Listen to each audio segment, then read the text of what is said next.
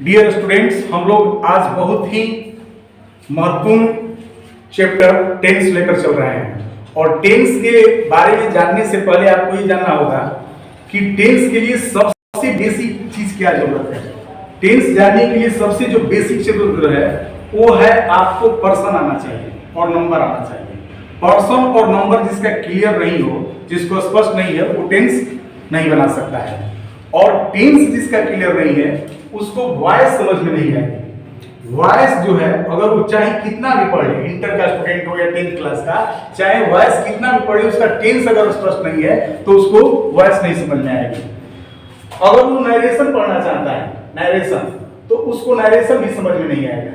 जिसका टेंस अगर स्पष्ट नहीं होगा वो नरेशन भी समझ में नहीं आएगा। अगर वो ट्रांसफॉर्मेशन चाहता है पढ़ना, ट्रांसफॉर्मेशन, चाहे वो कितना भी ट्रांसफॉर्मेशन पढ़ ले, लेकिन अगर उसका टेंस स्पष्ट नहीं है तो नहीं बना सकता है। फिर उसी तरह से अगर कंडीशनल सेंटेंस है, उस कंडीशनल सेंटेंस के लिए अगर वो कंडीशनल सेंटेंस बनाना चाहता है और उसका टेंस नहीं स्पष्ट है तो नहीं बना सकता है। आई मीन ग्रामर का जितने भी उसको पोर्शंस है, ग्रामर का जितने भी पार्ट है उसको पढ़ना है, और उसका टेंस स्पष्ट नहीं है, टेंस वो नहीं समझ पाता है, तो ना वॉइस समझ पाएगा, ना नरेशन समझ पाएगा, ना ट्रांसफॉर्मेशन समझ पाएगा, ना कंडीशनल सेंटेंस। और इंटर के छात्र और 10th क्लास के स्टूडेंट जो है यही प्रॉब्लम होता है, इसीलिए वो नहीं बना पाते हैं। दूसरा चीज, टेंस उनको समझ में नहीं आता है। टेंस जो समझ में नहीं आता है उसके पीछे कारण होता है कि टेंस में सब्जेक्ट जो है नहीं समझ पाते हैं।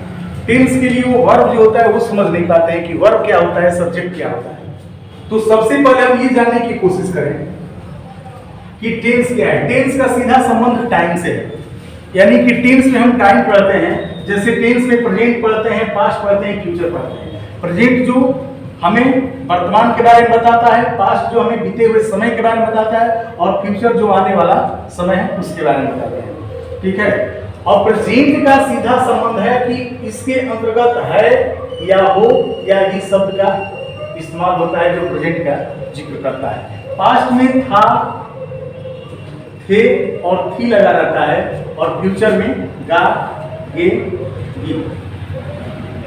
जहां कहीं भी अगर है दिखाई दे सेंटेंस के लास्ट में, समझना हो तो प्रेजेंट की बात है। अगर था, थी दिखाई दे तो पास्ट की बात है, और गा, गे, गी दिखाई दे तो फ्यूचर की बात है।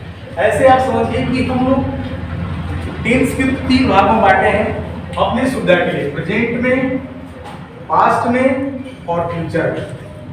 और इस तीनों को, प्रेजेंट और पास्ट और फ्यूचर को, हम लोग 4 भागों में बांटे हैं। ठीक ना। जैसे पास्ट है, पास्ट का past indefinite, past continuous, past perfect, past perfect continuous, यानी कि इस पास्ट का 4 हुआ, इसी तरह से प्रेजेंट का 4 हो जाएगा, फ्यूचर का 4 हो जाएगा, टोटल टेंस 12 हो जाएंगे। यानी कि हम लोगों को 12 टेंसेस के बारे में पढ़ना है। टोटल हम लोगों को 12 टेंसेस के बारे में पढ़ना है, और 12 टेंसेस को हम लोग 1 बाय 1 करके पढ़ेंगे। और आज मैं एक ही वीडियो में पूरा टेंस आपको पढ़ाने की कोशिश करूंगा। और टेंस के बाद आपको अगर अंग्रेजी बोलने की चाहिए, if you want to speak English you can speak fluently, don't have a problem. Who is not to speak English, that is the only problem, their tense is not good. बहुत सारे स्टूडेंट ऐसे हैं कि उनको आज तक से tense ही समझ में नहीं आता है कि टेंस क्या होता है। तो आज मैं कोशिश करूंगा कि इस वीडियो में आज के बाद आपको टेंस कभी नहीं भूलेगा। सबसे पहले हम लोग टेंस जानने से पहले कोशिश करेंगे कि आखिर टेंस बनाने के लिए हमें क्या क्या चीज की जरूरत पड़ती है। तो टेंस बनाने के लिए सबसे पहले हमें पर्सन की जरूरत पड़ती है। और पर्सन जो होता है वो 3 प्रकार का होता है। पर्सन 3 प्रकार का होता है, जिसमें पहला होता है फर्स्ट, दूसरा होता है सेकेंड, और तीसरा होता है third person. First person, second person और थर्ड पर्सन। इस पर्सन में सिंगुलर, प्लूरल। अब देखिए, फर्स्ट पर्सन में आई आता है सिंगुलर के लिए और वी आता है प्लूरल के लिए। सेकेंड पर्सन में यू आता है सिंगुलर और प्लूरल के लिए। और थर्ड पर्सन में कोई भी एक, ही, सी, इट या वन नेम हो अथवा दे, ये थर्ड पर्सन में आता है। यहां से स्टूडेंट्स को क्लियर होना चाहिए कि अगर आई और वी है तो ये फर्स्ट पर्सन है। आई को हम लोग सिंगुलर कहते हैं, वी को प्लूरल कहते हैं। सेकेंड पर्सन में यू आता है, यानी कि आई वी और यू के बाद दुनिया का कोई भी वस्तु हो, चाहे प्लेस हो या व्यक्ति हो, उसे हम थर्ड पर्सन के अंदर रखते हैं। किसी भी को हम लोग थर्ड पर्सन के अंदर रखते हैं। देखिए, अब अधिकतर स्टूडेंट्स कहाँ कंफ्यूज होते हैं, और कंफ्यूज ये होते हैं कि उनको थर्ड पर्सन सिंगुलर नंबर में बहुत ज्यादा कंफ्यूज होते हैं, थर्ड पर्सन प्लूरल नंबर में ज्यादा कंफ्यूज होते हैं, और इसी कंफ्यूजन को पहले मैं दूर करने की कोशिश कर रहा हूं। आप समझिएगा कि आई और वी जो है फर्स्ट पर्सन सिंगुलर है और प्लूरल है, यू जो है सिंगुलर प्लूरल दोनों में चलता है। थर्ड पर्सन में स्टूडेंट्स बहुत ज्यादा कंफ्यूज होते हैं, और थर्ड पर्सन में इसलिए कंफ्यूज होते हैं कि उनको मालूम नहीं होता है कि क्या वो सिंगल। जैसे देखिए, योर है, योर ब्रदर, अब योर जो है सेकेंड पर्सन है, योर जो है सेकेंड पर्सन है। अब देखो, अगर योर आपसे कोई पूछता है कि क्या है, तो आप कहेंगे कि सेकेंड पर्सन है। लेकिन अगर योर में आपने योर ब्रदर लगा दिया, योर ब्रदर, तो ये आपका हो गया थर्ड पर्सन, और इसे थर्ड पर्सन सिंगुलर नंबर कहेंगे, थर्ड पर्सन सिंगुलर नंबर कहेंगे। अगर योर के साथ आपने ब्रदर्स लगा दिया, ब्रदर्स, इसमें प्लूरल लगा दिया, तो ये थर्ड पर्सन प्लूरल नंबर हो गया। अब इसके साथ सिंगुलर है तो सिंगुलर वर्ब चलेगा, और सिंगुलर वर्ब V5 होता है, इसके साथ प्लूरल वर्ब चलेगा, V1 होगा। तो यही आपको स्पष्ट करना है। अब यूर देखेगा स्टूडेंट, तो यूर में उसको सेकेंड पर्सन मान लेता है, जबकि है ये। जैसे माई देखिए, माई वर्ड है, आप पूछेंगे कि माई क्या है, तो कहेगा कि फर्स्ट पर्सन है, दैट्स ओके, फर्स्ट पर्सन है। लेकिन जैसे ही माई में लिख देंगे कि माई सिस्टर, और माई सिस्टर जैसे ही लिख देंगे तो थर्ड पर्सन हो गया, और ये सिंगल का बोध करा रहा है, वन का, तो इसे हम कहेंगे थर्ड पर्सन सिंगुलर नंबर। तो आप समझिएगा कि थर्ड पर्सन सिंगुलर मतलब कि जो वन को डिनोट करे, जो वन को डिनोट करेगा उसे थर्ड पर्सन सिंगुलर नंबर कहते हैं। और इसका बहुत ही योगदान है और जरूरत है टेंस बनाने में। और दूसरा टेंस की जरूरत है वर्ब के, वर्ब का V1, V2, V3, V4, V5, ये जानना आपको बहुत जरूरत है, ठीक है। V5 मतलब जिसमें एस या एस लग जाता है। अब हम लोग वन बाय वन करके टेंस पे जाते हैं। वन बाय वन टेंस पे आकर के सबसे पहले हम लोग देखते हैं प्रेजेंट इंडेफिनिट, प्रेजेंट इंडेफिनिट। इसके बाद हम लोग देखेंगे पास्ट इंडेफिनिट, इसके बाद हम लोग देखेंगे future indefinite. Present indefinite, past indefinite और फ्यूचर इंडेफिनिट। इसके बाद देखेंगे present continuous, past continuous, future continuous, present perfect, past perfect, future perfect. इस तरह से present perfect continuous, past perfect continuous, और ये 12 टेंस को हम लोग आज स्पष्ट कर लेंगे, क्लियर करेंगे, समझिए दोस्तों। सबसे पहले present indefinite. Present indefinite tense की पहचान जो है, ठीक है, किसी भी मुख्य क्रिया के अंत में ता है, ती है या ते है लगा रहता है। ता है, ती है और ते है, ये प्रेजेंट इंडेफिनिट की पहचान है।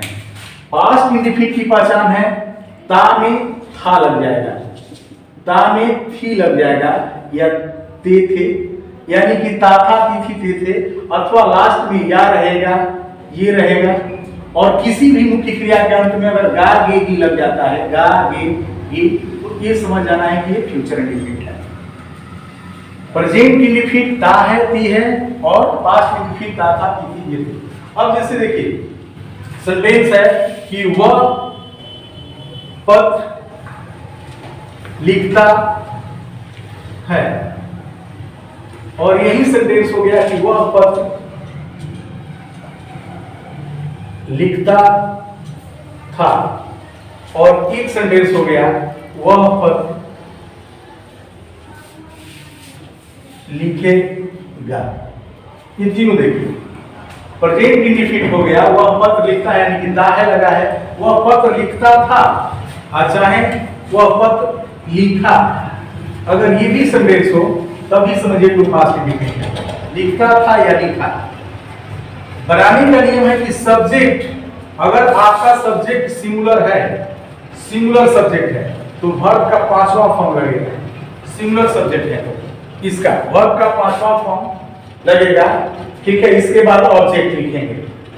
पास्ट इंडेफिनिट में है कि कोई भी सब्जेक्ट हो उसके साथ वर्ब का सेकेंड फॉर्म लगेगा प्लस ऑब्जेक्ट, और इसके साथ है कि सब्जेक्ट के साथ विल या शैल का प्रयोग करेंगे। विल या शैल का प्रयोग करेंगे, वर्ब का फर्स्ट फॉर्म लिखेंगे। अब यहाँ पे आपको समझना है कि V5 सब्जेक्ट के साथ लगता है, यानी कि सिंगुलर सब्जेक्ट के साथ V5 सब्जेक्ट अगर सिंगुलर है, सिंगुलर अगर सिंगुलर है तो V5, अगर सब्जेक्ट प्लूरल हो गया, सब्जेक्ट प्लूरल हो गया तो V1 लगेगा। सब्जेक्ट अगर आपका प्लूरल हो गया तो आपको V1 लगेगा। इसके साथ वह पत्र लिखता है, देखिए वह जो है थर्ड पर्सन सिंगुलर नंबर है, यही समझना है। थर्ड पर्सन सिंगुलर यानी कि वह ये सिंगल बोध कर रहा है, तो इसके साथ लिखेंगे कि ही प्ले, और प्ले में एस लिखेंगे, सॉरी ही प्लेस नहीं, वो लिखता है तो राइट लिखेंगे, ही राइट, WRIT, देखिए इसमें इस लिखेंगे, he writes a letter, he writes a letter, write में एस लगाएंगे। V5 का मतलब होता है किसी भी मुख्य क्रिया के अंत में एस लगा देंगे, अगर किसी भी मुख्य क्रिया के अंत में एस लगा देंगे तो V5 हो जाएगा। और इस V2 जो है वो पास्ट इंडिफिनिट में V2 का बस यूज होता है, पास्ट इंडिफिनिट के पॉजिटिव सेंटेंस में, आई मीन अफर्मेटिव सेंटेंस में ही V2 का प्रयोग होता है। वर्ब के 5 फॉर्म होते हैं, V1, V2, V3, V4, V5, उसमें सेकेंड फॉर्म का यूज बस एक बार होता है, वो भी पास्ट इंडिफिनिट में। सब्जेक्ट के साथ V2 लगाएंगे प्लस सब्जेक्ट, जैसे वो पत्र लिखता था तो लिखेंगे ही रोट अ लेटर, वो पत्र लिखता था, और वो पत्र लिखेगा तो लिखेंगे he will write a letter. देखिए तीनों आपका हो गया, प्रेजेंट इंडिफिनिट, पास्ट इंडिफिनिट। वह पत्र लिखता है, ही राइट्स अ लेटर, वह पत्र लिखता था, ही रोट अ लेटर, वह पत्र लिखेगा, he will write a letter. ठीक, अब इसके बाद हम लोग समझते हैं इसका नेगेटिव।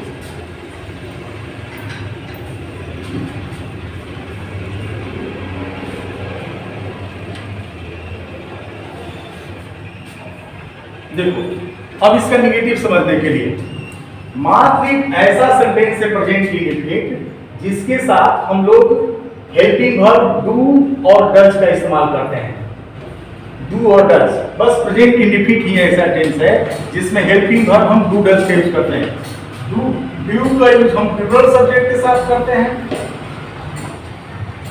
और डज का प्रयोग हम लोग सिंगुलर सब्जेक्ट के साथ करते हैं। डू का प्रयोग प्लूरल सब्जेक्ट के साथ, डज का प्रयोग सिंगुलर सब्जेक्ट के साथ। हेल्पिंग वर्ब, अगर इस सेंटेंस को नेगेटिव बनाना होगा, इंडिफिनिट, पास्ट इंडिफिनिट के साथ एक सिर्फ हेल्पिंग वर्ब डू, तो किसी भी सब्जेक्ट के साथ हो, चाहे सिंगुलर हो या चाहे प्लूरल हो, सिंगुलर सब्जेक्ट के साथ भी, प्लूरल सब्जेक्ट के साथ भी। और आई और बी के साथ हम लोग शैल का प्रयोग करते हैं, खास करके इंटर में और 10th क्लास में। स्पीकिंग में नहीं, स्पीकिंग में आई और बी के साथ भी विल चल रहा है, ठीक है ना, और बाकी के किसी भी सब्जेक्ट के साथ हम शैल का प्रयोग करते हैं। सिर्फ आई और बी के साथ सिर्फ शैल का प्रयोग करते हैं, आई और बी के साथ, ठीक है। बट आज के डेट में स्पीकिंग में भी आई और बी के साथ विल का ही प्रयोग चल रहा है। अगर आपको एडजस्टमेंट करने में दिक्कत है तो आप समझिए कि आई और शैल जो वर्ड है इसको एक साथ आप अगर आप शॉर्ट फॉर्म में लेकर चलेंगे तो देखिए आई होता है, तो उस झंझट से भी आप निकल जाएंगे। आई स्पीक इंग्लिश यानी कि आई विल स्पीक इंग्लिश हो जाएगा आपका, ठीक है। तो आप डू डज डिड। अब देखिए इसका निगेटिव के लिए, आप निगेटिव के लिए क्या करेंगे कि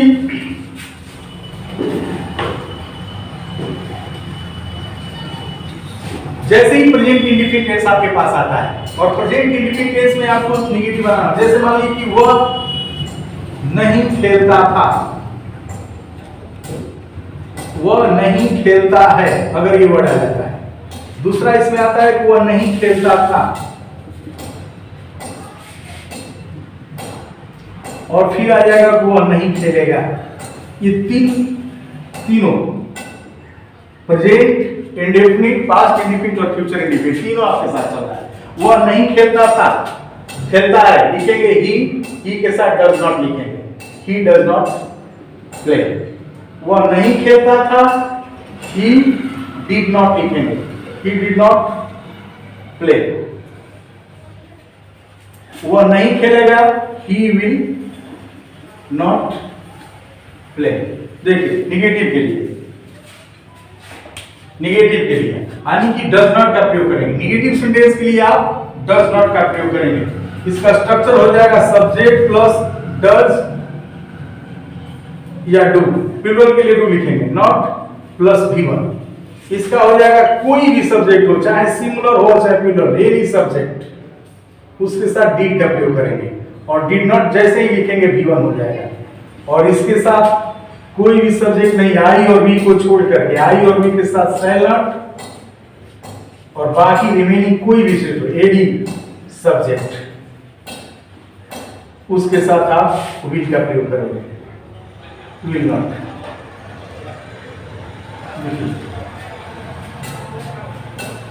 तो ये आपका निगेटिव के लिए डज और डू याद करना है। जैसे मान लीजिए कि यही सेंटेंस आपका हो जाता है कि योर ब्रदर्स, योर होता है और ब्रदर्स हो जाता है, योर ब्रदर्स।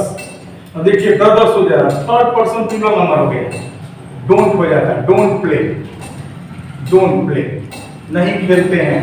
देखिए इसके साथ डोंट लग गया, और सिंगलर होता तो डज नॉट लगता है। और यहाँ पे योर ब्रदर्स हो जाता तो डिड नॉट लगता है, यहाँ पे योर ब्रदर्स हो जाता तो विल नॉट लगता है। तो आपको ये मेंटेन। चलिए अगर अब इसी सेंटेंस को हमको इंट्रोगेटिव बनाना है, इंट्रोगेटिव, तो क्या करना है? जैसे क्या आता है, तो अगर क्या आता है तो आप अगर नहीं जानते हैं तो जान लीजिए कि किसी भी हेल्पिंग वर्ब को अगर किसी भी सेंटेंस से पहले अगर हम रख देते हो तो उसका हिंदी क्या निकलता है। जैसे मान लीजिए कि हमने डू को या डज को अगर शुरू में रख दिया हमने, तो ये सेंटेंस क्या देगा? ठीक है, इसके बाद कोई भी सब्जेक्ट रखेंगे गिवन हो जाएगा। ये प्रेजेंट इंडिफिनिट के लिए हो गया। अगर डीड को हमने शुरू में रख दिया और तब सब्जेक्ट रखा तो गिवन हो जाएगा। ये पास्ट इंडिफिनिट के क्या देगा? अगर हमने विल और शैल को रख लिया शुरू में और इसके बाद हमने गिवन रखा, सब्जेक्ट के बाद गिवन रखा, तो ये आपका फ्यूचर का हो गया, फ्यूचर इंडिफिनिट के लिए। अब आपको जैसे कहना हो कि क्या वह खेलता है तो लिखेंगे डज ही प्ले। ठीक है, अब इसका अगर हमको इंट्रोगेटिव बनाना हो तो इंट्रोगेटिव बनाने के लिए हम डू या डज का प्रयोग करेंगे या पास्ट इंडिफिनिट में डिड का प्रयोग करेंगे और फ्यूचर में विल। अब देखिए प्रेजेंट इंडिफिनिट में अगर क्या हो जाए, जैसे मान लीजिए सेंटेंस होगी क्या वह दौड़ता है, क्या वह दौड़ता है, या फिर सेंटेंस हो कि क्या वह दौड़ता था, और फिर क्या सेंटेंस हो कि क्या वह दौड़ेगा। अब इस तीनों के लिए क्या करना है? ये क्या है? प्रेजेंट इंडिफिनिट टेंस है, डज लिखेंगे, डज ही रन। ये ही और रन वहीं से रहेगा और बस यहाँ पे डीड लगा देंगे, और यहाँ पे ही और रन उसी तरह से रहेगा, इसलिए बस भी लगा देंगे। प्रेजेंट इंडिफिनिट, पास्ट इंडिफिनिट और फ्यूचर इंडिफिनिट आपके साथ है। क्या वह दौड़ता है? अब इसमें मान लीजिए कि क्यों लगाना हो कि क्यों वह दौड़ता है, बस यहाँ पे वाई कर देंगे। यहाँ पे कहना हो कि क्यों वह दौड़ता था तो वाई कर देंगे, वह क्यों दौड़ेगा तो वाई कर देंगे। तो इस तरह से आपका प्रेजेंट इंडिफिनिट, पास्ट इंडिफिनिट और फ्यूचर इंडिफिनिट का स्ट्रक्चर हुआ। और आप बहुत अच्छी तरह समझिए कि प्रेजेंट इंडिफिनिट और पास्ट इंडिफिनिट में क्या याद करना है। प्रेजेंट इंडिफिनिट डू और डज, पास्ट इंडिफिनिट और डू डज डिड जहां भी दिखाई दे V1 का प्रयोग करते हैं। बस अब हम लोग चर्चा करेंगे कंटीन्यूअस पे। कंटीन्यूअस के लिए आपको समझना है कि कंटीन्यूअस टेंस के लिए कंटिन्यूटी दिखाता है। It shows the continuity of action, किसी भी एक्शन को कंटिन्यूटी को दर्शाता है। अब जैसे मान लीजिए कि आपका हो गया प्रेजेंट, अब इस प्रेजेंट कंटीन्यूअस है तो प्रेजेंट कंटीन्यूअस की पहचान हो जाएगी कि किसी भी वाक्य के अंत में रहा है, रही है या रहे हो। अगर ये आता है तो समझना है कि प्रेजेंट कंटीन्यूअस है। पास्ट कंटीन्यूअस के लिए आप समझेंगे रहा था, रही थी, रहे थे, ये पास्ट कंटिन्यूअस हो जाएगा। फ्यूचर कंटिन्यूअस के लिए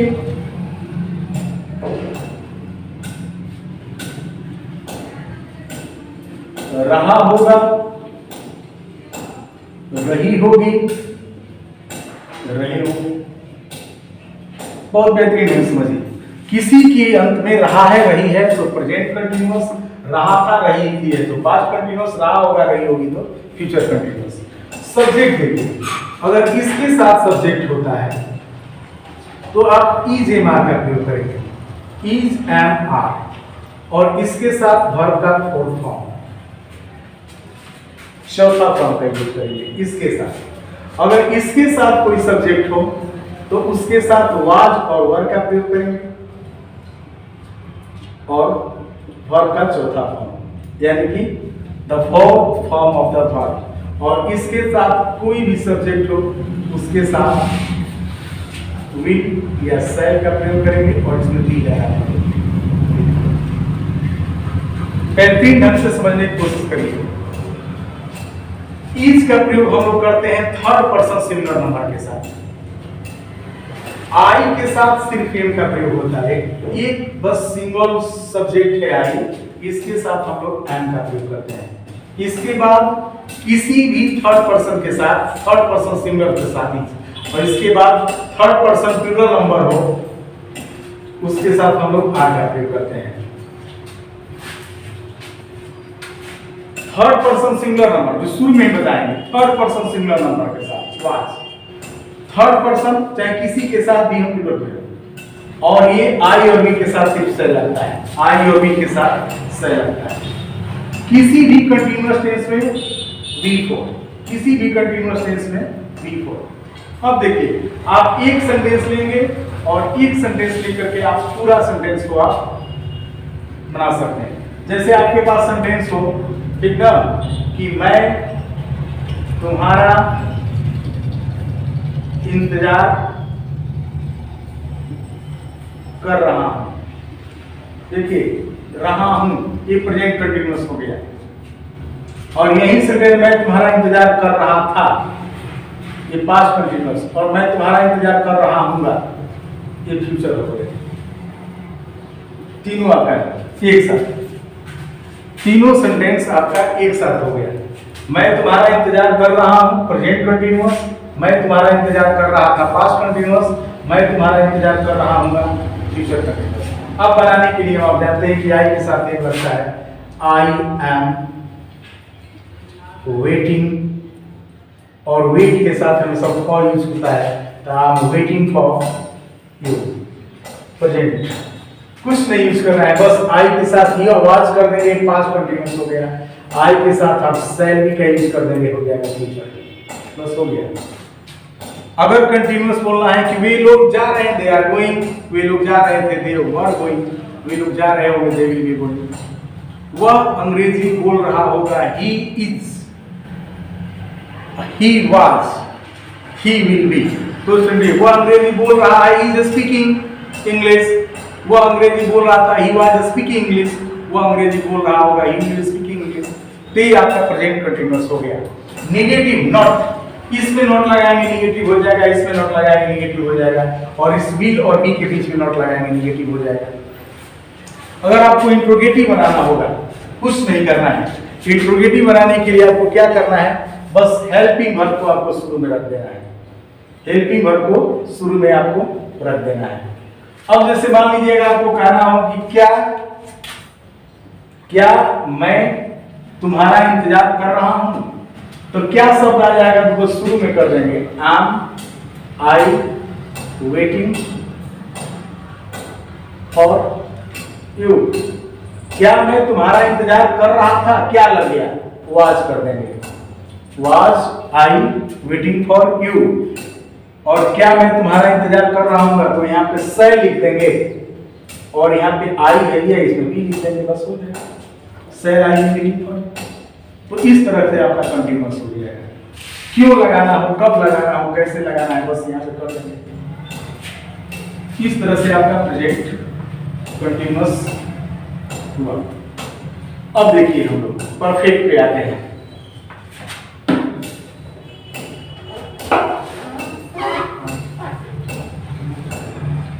अब हम लोग परफेक्ट पे आते हैं। प्रेजेंट परफेक्ट, पास्ट परफेक्ट और future perfect. Present perfect, past perfect. अब ये परफेक्ट हो गया, प्रेजेंट परफेक्ट, पास्ट परफेक्ट और फ्यूचर परफेक्ट। अब इस तीनों के लिए प्रेजेंट परफेक्ट, पास्ट परफेक्ट और फ्यूचर परफेक्ट क्या करना है? प्रेजेंट परफेक्ट में चुका है, या है, ये है, ये लगा रहता है। किसी भी क्रिया के अंत में है लगा रहता है, ता है को छोड़कर। किसी भी मुख्य क्रिया के अंत में अगर है लगता है तो प्रेजेंट परफेक्ट है। ता है को छोड़ करके किसी भी क्रिया के अंत में था लगा रहता है तो पास्ट परफेक्ट है। चुका था, या था, आ था, अगर ये लगा रहता है तो पास्ट परफेक्ट है। चुका होगा, चुके होंगे, या होंगे, अगर ये लगता है तो आपका प्रेजेंट परफेक्ट। फ्यूचर परफेक्ट है तो ये प्रेजेंट परफेक्ट, ये आपका पास्ट परफेक्ट, ये आपका फ्यूचर परफेक्ट। अब बनाने का नियम, अगर ये सब्जेक्ट है तो है जब लिखेंगे, और है जब लिखेंगे तो इसका थर्ड फॉर्म हो जाएगा। सब्जेक्ट है, इसके बाद है लिखेंगे तो थर्ड फॉर्म हो जाएगा। सब्जेक्ट है, विल है लिखेंगे, चाहे शैल है लिखेंगे, थर्ड फॉर्म लिखेंगे। आई मीन आपको परफेक्ट का मतलब समझना है कि थर्ड फॉर्म। किसी भी वर्ब का अगर थर्ड फॉर्म यूज करेंगे तो परफेक्ट है। अगर है जब लगाएंगे तो प्रेजेंट परफेक्ट, है लगाएंगे तो पास्ट परफेक्ट, विल और शैल है लगाएंगे तो फ्यूचर परफेक्ट। बहुत आराम से इसको समझेंगे। अब जैसे सेंटेंस, एक ही सेंटेंस हो, एक ही सेंटेंस हो, ठीक है ना? जैसे सेंटेंस हो कि तुम अंग्रेजी सीख चुके हो, सीख चुके हो, चाहे सीखे हो, ये कई बात है। तुम अंग्रेजी सीख चुके थे,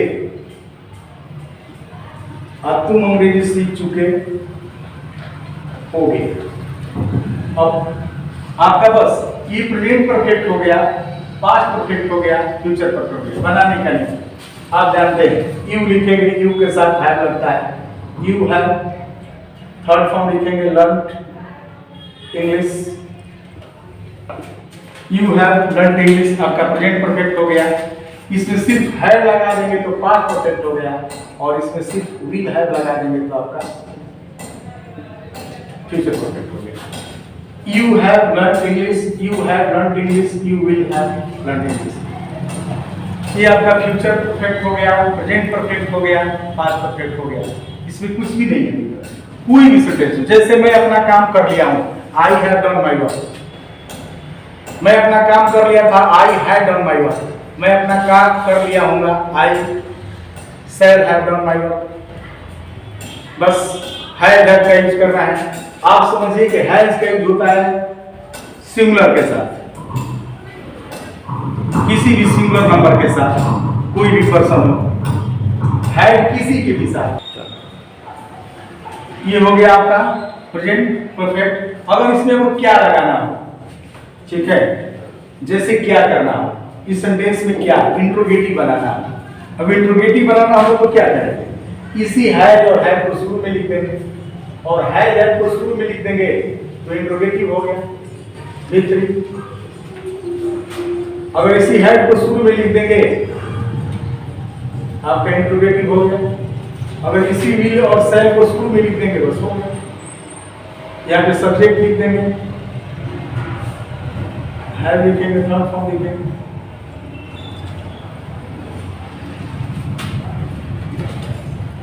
बस आपका ये इंट्रोगेटिव हो गया। और इसमें से कहीं भी अगर आप इंट्रोगेटिव वर्ड का यूज करते हैं, जैसे वाई का, अब जैसे वाई का यूज कर दिए, यहाँ पे वेन का यूज कर दिए, हाउ का यूज कर दिए, बस हो गया। उसी तरह से इसमें यूज कर देंगे वाई का, वेन का, हाउ का। इंट्रोगेटिव वर्ड के साथ हो गया, इंट्रोगेटिव वर्ड के साथ ये भी हो गया, वाई का, वेन का, वेयर का, कोई भी यूज करिए, बस हो गया। अब जैसे मान लीजिए सेंटेंस आपको बनाना हो कि वह क्यों आया है, प्रेजेंट परफेक्ट हो गया। वह क्यों आया था, वह क्यों आया होगा।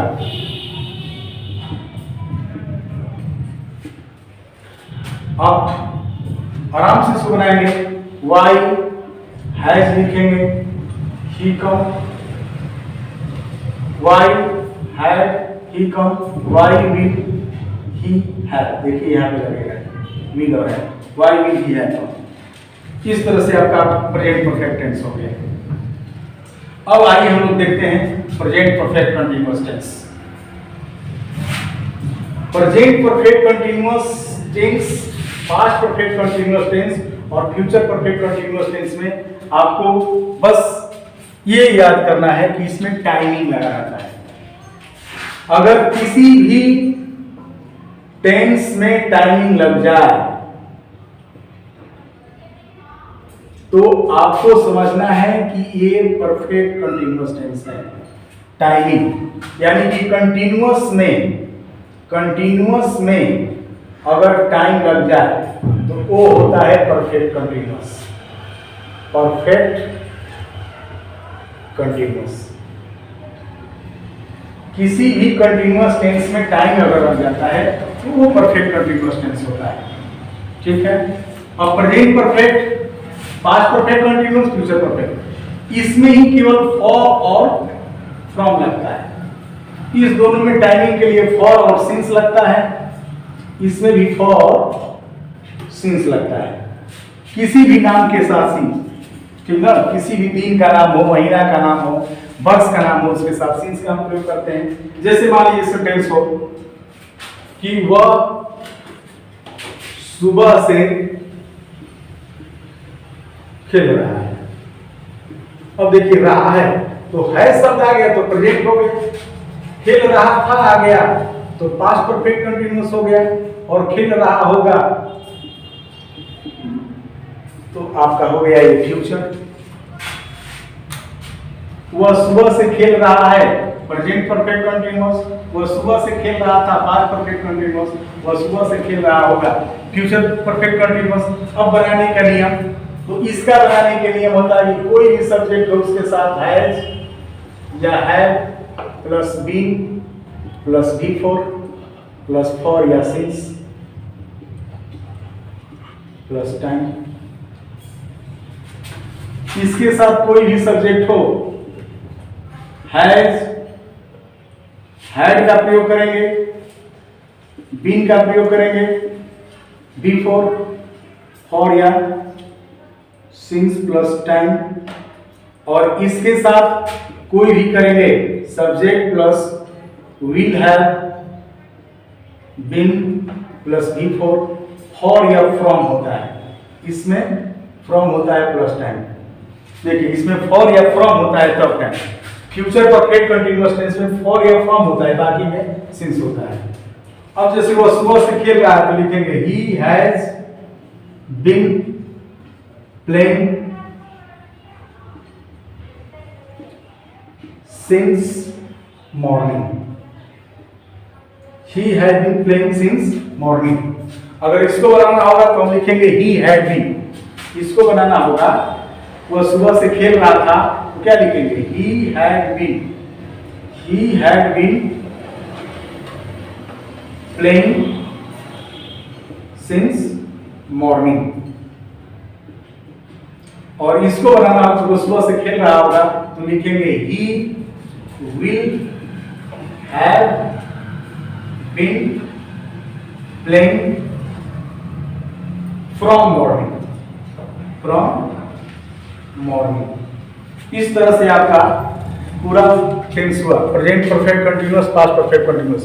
और एक लास्ट में जो सबसे बेहतरीन चीज आपको बताने की मैं कोशिश कर रहा हूं, आप ये समझिए कि आप चाहेंगे तो एक ही सेंटेंस से, अगर आप चाहेंगे तो एक ही सेंटेंस से पूरा टेंस को समझ लेंगे। एक ही सेंटेंस से बारह टेंस है ना। लास्ट में आप समझिए कि एक आप इस वे को इस तरीका को अपनाने की कोशिश कीजिए। एक सेंटेंस जैसे आपने यह वह इंतजार करता है, वह इंतजार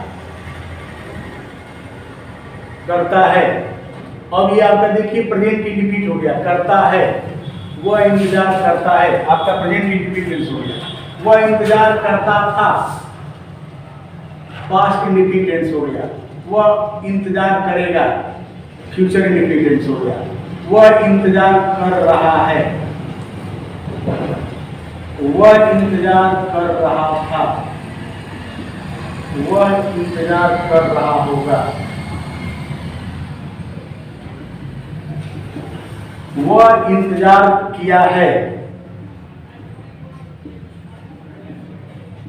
वह इंतजार किया था, वह इंतजार किया होगा। देखिए आपका ये टोटल टेंस एक साथ हो रहा है। इंतजार करता है, इंतजार करता था, करेगा, इंतजार कर रहा है, कर रहा था, कर रहा होगा, किया है, किया था, किया होगा। अब इसमें टाइमिंग लगा दीजिए।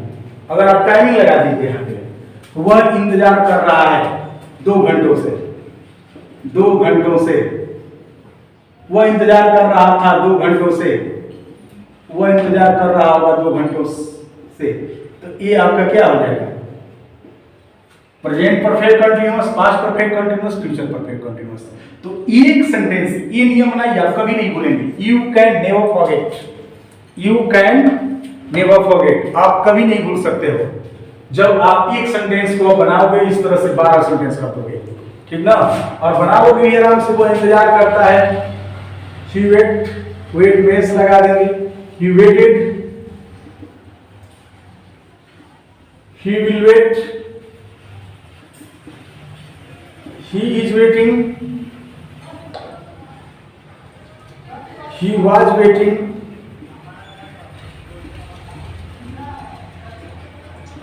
he has waited, he